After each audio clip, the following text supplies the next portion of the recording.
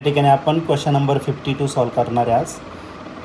तर question number 52 असा आहे, uniform solid sphere having radius R and density rho is rotating about a tangent to the surface of sphere.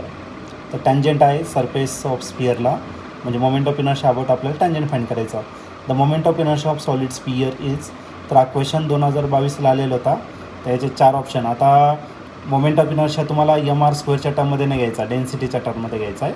तर त्याच्यात first option आहे 28/15 पाय r⁵ into rho. Second option 21/20 pi r³ into rho. Third option means C option 28/15 pi r³ row.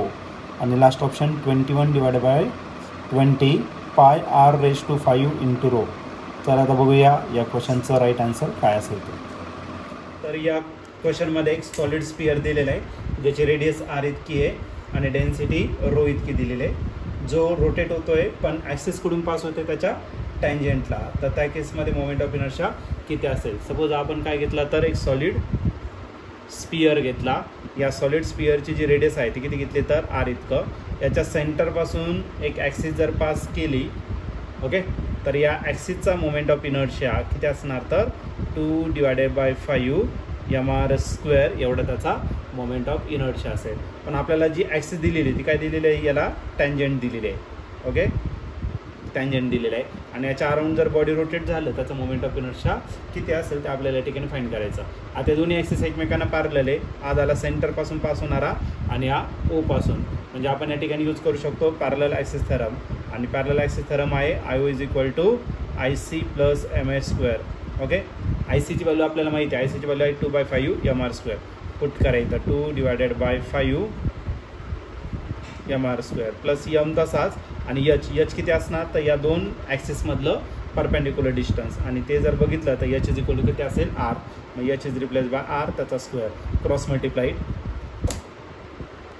2 mr² plus 5 mr² and total divided by काय आला 5. 2 + 5 किती झाला 7. तर IO जो येणार आहे म्हणजे टँजेंट असताना सॉलिड स्पियरला, तर तो असेल तुमचं 7/5 mr². तर याला आपण इक्वेशन नंबर काय कन्सिडर करू 1. आता या सॉलिड स्पियरची डेन्सिटी पण दिलेली आहे आणि डेन्सिटीचा जर फॉर्म्युला जर तुम्ही यूज केला, डेन्सिटीचा फॉर्म्युला असेल मास अपॉन व्हॉल्यूम. तर density is represented by letter rho, mass m and volume. स्पियरचं व्हॉल्यूम किती असेल 4/3 पाय r³. ओके, मग आपल्याला mची व्हॅल्यू भेटून जाईल याच्यावरून. मग हा जो 4/3 पाय r³ इकडे डिवायडेड, इकडे काय करा तर मल्टिप्लाय. देन m = 4/3 पाय r³ इंटू डेन्सिटी. आता ही जी व्हॅल्यू आहे ती कशामध्ये पुट करायचं इक्वेशन नंबर 1 मध्ये. देअरफॉर इक्वेशन 1 विकास. चला इक्वेशन 1 मध्ये जर टाकलं तर IO as it is 7/5 as it is, but this mला रिप्लेस करायचं 4/3 पाय r³ इंटू रो, या टर्मने त्याला रिप्लेस करायचं. आणखीन एक टर्म आहे आणि तो म्हणजेच काय तुमचा r². ओके, तर याला आणखीन सिम्प्लिफाईड करू. आता हे कोणत्या स्टेबलमध्ये नाही, याला सिम्प्लिफाईड करताना डायरेक्ट न्यूमरेटरचं मल्टिप्लिकेशन आणि डिनॉमिनेटरचं काय करणार आपण मल्टिप्लिकेशन.